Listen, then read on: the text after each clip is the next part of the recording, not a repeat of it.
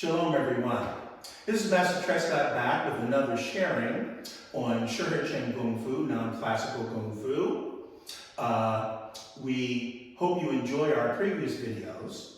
Today we're going to discuss how to defend against a hook or a haymaker. We'll be right back and we will discuss both the technique and the principles of Shihequan. Thank you.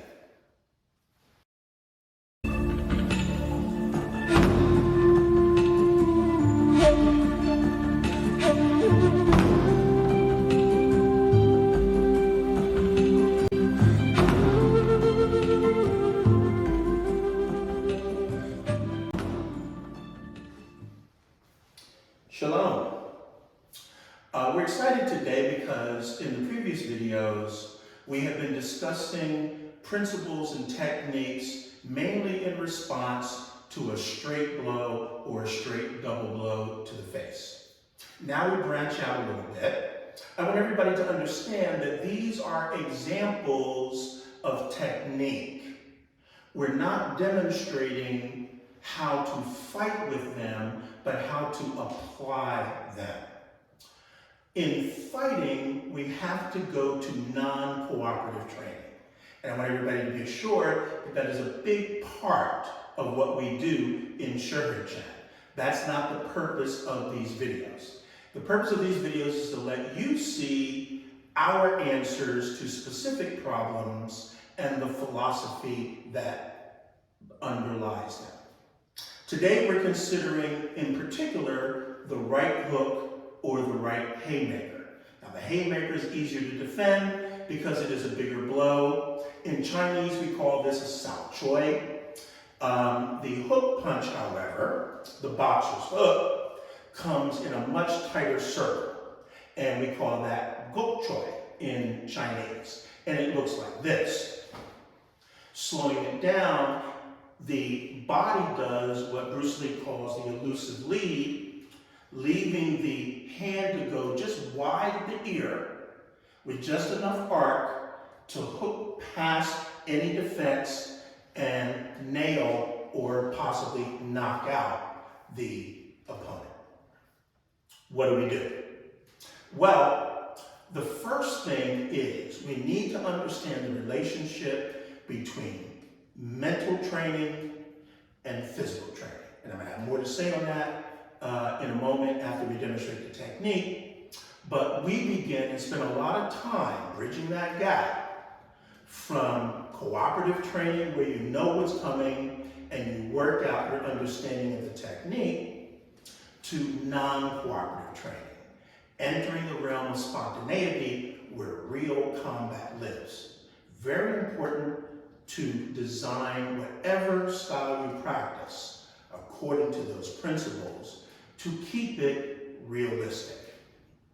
Now, in order to know what response to choose, we need to apply OREF.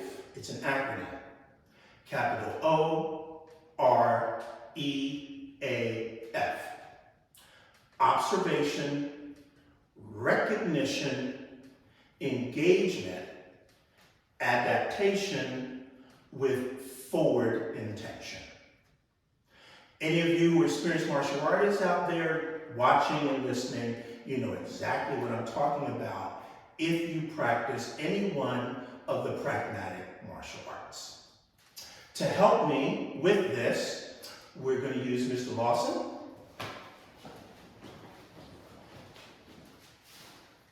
And you can take orthodox attack position. Now orthodox, because I want him to attack me with the right hand, because we generally move to our left to get on the outside of a right-handed person. We're playing the odds. However, when he boxes us in with the right hook, it becomes a problem. We need to adapt. So, I'm going to start from my position of diplomacy, trying to still talk my way into shalom or peace. He's not having it. He's going to attack with his right hook to my face. Let's see what we come up with as a defense. First thing is my 612 push drag with a simultaneous defense and strike we call single rafter. My tonsal opens up into my heel palm simultaneously. I follow up to the body and then again to the neck. So let's see that again. Again, I'm in my position of diplomacy. He strikes. 1, 2, 3. I follow up by monitoring that hand, and I do something called soaring crane, front kick. I can tap to the groin, or I can be nicer, step back, and attack the torso. Let's see the whole thing. As he attacks,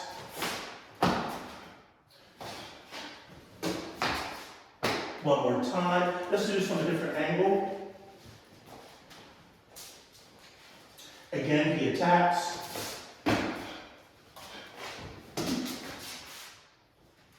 Thank you, sir. So now, I want to discuss a topic related to the technique because now we have a variable. They're not just coming straight, they can also come with a hook. And we're going to consider many other possibilities. An uppercut, straight to the body, a descending blow, you name it, and then we'll get into kicks. But the point is this: we have to adapt. Now that's a particular mental paradigm. There are those, I love them dearly, who are highly skilled in the arts of pragmatic, kung fu, and other styles, who do not believe that the martial arts should be treated from a spiritual perspective, or if they are, there are better perspectives. I beg to differ. I invite everyone to go to 1 Corinthians chapter 9 and read the letter by Paul. Near the end, he talks about winning a race and to win a prize, but the prize we seek is a spiritual prize, and then he switches from running to boxing, aka martial arts. He says, I do not box like one boxing in the air. The difference between pragmatic martial arts and those that are not spend too much time punching, kicking, blocking, pretending in the air. The ones that work the best, you walk past their class and you always see people partnered up. Varying levels of intensity, cooperative or non-cooperative, all of it is better than just the air. Now we need air training. We need to get the body mechanics right. We need unification of mind and body, but there is the rub. In order to fight well, you have to be well. And that wellness is mental, physical, and spiritual. The spirit is the breath. That's the center. That's the unification of mind and body. And when you give the mind something more to focus on, other than your own body mechanics, i.e., application, relationship with another person, now you elevate everything about yourself to nothing short of spiritual. Paul also writes, loving your brother is the fulfillment of Torah. The entire law. We have to learn to love one another. They slipped it in the second Matrix movie. Did you notice?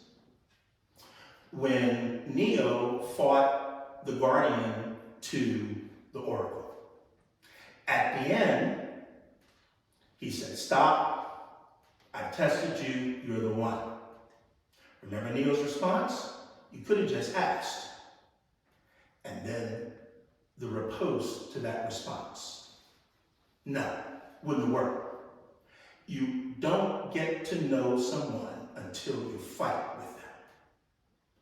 Oh, how profound. Paul says he practices the martial arts in a realistic way with real application. And why does he do it? And he also treats his body harshly. Why? So that after preaching the message of the good news, he himself will not be found wanting. Now, this is an apostle telling us about the importance of martial arts, rooted in the Shaolin. Anybody who's been in a real fight understands that you can't do these things and make those split-second decisions unless you are spiritually calm under pressure. So the purpose of training, we believe, humbly, is to train the personality and the character of the person. Shihequan, the way of the appropriate and the adapting fist, is thoroughly rooted in the traditional Shaolin. Those principles of Wuda, the morality training, the mental training, the spiritual training. This is the reason why you don't see self-defense courses like you used to do in the 1960s and 70s. They don't work. Unless you train this art as a lifestyle, there is no way for you to be ready for what you're going to face when the rapist, the mugger, or the violent person actually faces you. Test that out. Test everything.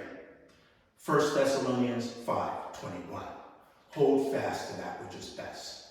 I hope you enjoyed this sharing. I enjoyed sharing it with you. We have a lot more videos planned. Answers technically, principles, and philosophy of Shihequan. In the future, we'll have a link down below so that you can contact us if you're interested in this type of training. For now, share this with your friends, push like, and enjoy it. May it help your own martial arts practice. Shalom.